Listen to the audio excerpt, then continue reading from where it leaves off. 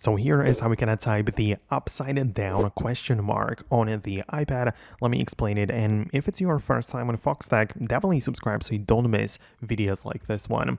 Okay, so when we get into the keyboard, you can see the regular keys, the letters would show up at first, and right there we have the exclamation mark as well as the question mark. So you can of course swipe down or flick the keyboard key like this, and it's going to type in the regular question mark.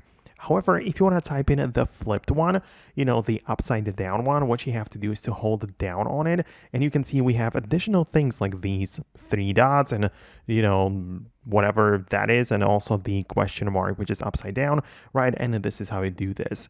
So, of course, if you intend on using it a lot, it's common in many different languages. As far as I know, it's the Spanish one, but you can definitely go to the settings, click on General and the keyboard.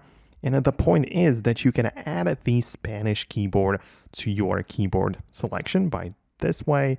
You look up the, as you can see, the languages below. And it's sorted alphabetically, so we can find the Spanish in here. So here it is, right? So Spanish in Spain. And the point is that you can see that if I add a new keyboard, which is going to be the Spanish one, I can always switch to it like so, right? The Español. And you can see that it's probably going to look a little bit different, right? It might give you better options for typing in the upside down stuff, or perhaps it will give you different ways when you switch in here to the different mode, right? Depends, but that's how you can do this for better access. But that's it. That's essentially everything I wanted to explain. Let me know your thoughts and opinions about it below. Subscribe and I'll see you later.